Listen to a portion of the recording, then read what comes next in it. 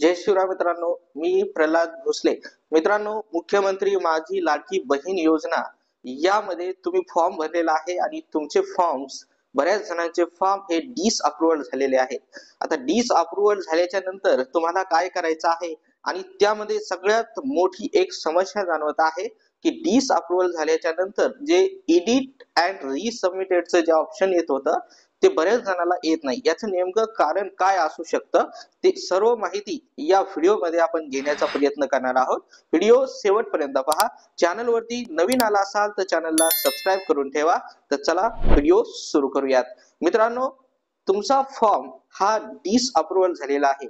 म्हणजेच याचा अर्थ काय आहे? बरं ठीक आहे, डिसअप्रूव्हल हा फॉर्म झालेला आहे तर तुम्हाला एडिट अँड रिसबमिटचं ऑप्शन का आलेलं नाही? हा प्रश्न जो आहे तो सर्वांचा मला विचारण्यात आलेला होता. याचं नेमकं कारण काय असू शकतं त्याविषयी मी जरा सर्च केलं आणि त्यामधून एक गोष्ट लक्षात आली की ज्या वेळेस सुरुवातीला तुम्ही फॉर्म भरलेला होता, फॉर्म भरल्याच्या नंतर तुम्हाला फॉर्म एडिटचं ऑप्शन त्या ठिकाणी आलेलं होतं.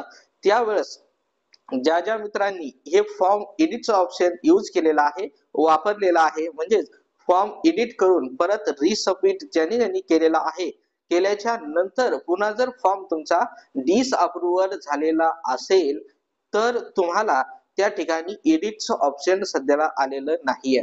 तर आता हे ऑप्शन न आल्यामुळे तुम्हाला फॉर्म हा एडिट करता येत नाहीये आणि रिसबमिट त्या ठिकाणी करता येत नाहीये.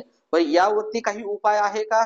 तर मित्रांनो, सध्याला तरी यावरती काहीही उपाय नाही. तर यानंतर जर काही उपाय आला यावरती शासनाकडून त्यावरती काही उपाय सांगण्यात आला तर तुम्हाला आपल्या चॅनल्स वरती कळवण्यात येणार आहे. आणि त्यानंतर बऱ्याच जणांचे फॉर्म हे रिजेक्ट झालेले आहेत आणि रिजेक्ट झाल्याच्या नंतर प्रश्न विचारण्यात आले की माझा फॉर्म रिजेक्ट झालेला आहे, आता मी पुढे काय करायचं आहे? तर मित्रांनो, या विषयीची माहिती सरकारकडून अद्याप तरी आलेली नाही. म्हणजेच तुमचा फॉर्म जर रिजेक्ट झाला तर सध्याला तुम्हाला काहीही करता येणार नाही. यावरती आता कुठलाही उपाय नाही किंवा तुम्ही नवीन फॉर्म सुद्धा अप्लाय करू शकत नाही. सध्याला ज्या वेळेस शासनाकडून काही इन्स्ट्रक्शन येतील त्याच वेळेस आपण हे फॉर्म जे आहे नवीन भरायचा की नाही भरायचा, तुम्हाला परवानगी देण्यात येते की नाही येते, जे काही प्रश्न असतील त्या प्रश्नाची उत्तरं तुम्हाला त्यानंतरच भेटणार आहेत. तर आपण त्यासाठी वेट करायचा आहे, म्हणजे थोडा थांबायचं आहे. थोडं थांबल्याच्या नंतरच आपल्याला या सर्व गोष्टी करणार आहेत. आणि मित्रांनो, ऍपला सुद्धा भरपूर प्रॉब्लेम आहेत. नवीन फॉर्म त्या ठिकाणी स्वीकारत नाहीये, त्या ठिकाणी बंद करण्यात आलेला आहे. आणि जी साईट आहे, वेबसाईट सुरू केलेली आहे पण वेबसाईट सुद्धा अंडर मेंटेनन्स मध्येच राहते. त्यामुळे फॉर्म वेबसाईट व्यवस्थित सुरू झाल्याच्या नंतरच तुम्हाला फॉर्म त्या ठिकाणी भरायचा आहे, एवढी काळजी घ्या. त्यानंतर अजून एक महत्त्वाचा प्रश्न आहे की ज्यांचे फॉर्म अप्रूव्हल झालेले आहेत त्यांनी पुढे काय करायचं आहे? तर मित्रांनो, आता तुमचे फॉर्म अप्रूव्हल झालेले आहे म्हणजे तुम्हाला तुमची प्रोसेस या ठिकाणी संपलेली आहे, तुम्हाला काही करण्याची गरज नाही.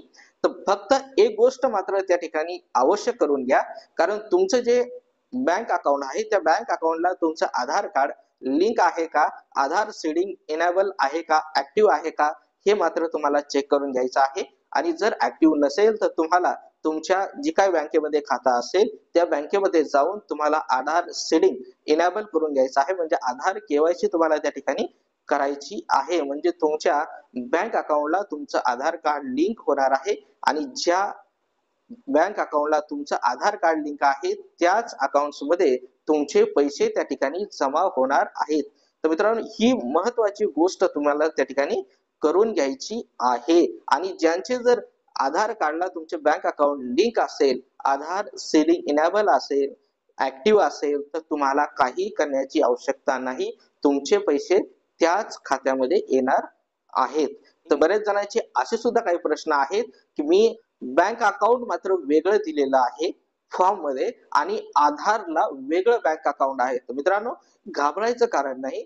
तुमच्या आधार कार्डला जे काही बँक अकाउंट लिंक असेल त्याच अकाउंट मध्ये तुमचे पैसे त्या ठिकाणी येणार आहेत. तर हे होते तुमचे अतिशय महत्वाचे प्रश्न आणि त्या संदर्भामध्ये काही उत्तर सुद्धा मी या ठिकाणी तुम्हाला दिलेली आहेत. मित्रांनो, अतिशय महत्वपूर्ण अशी माहिती होती. मित्रांना शेअर करा. व्हिडिओ आवडल्यास व्हिडिओला लाईक करा. व्हिडिओ पाहिल्याबद्दल खूप खूप धन्यवाद. जय हिंद, जय महाराष्ट्र.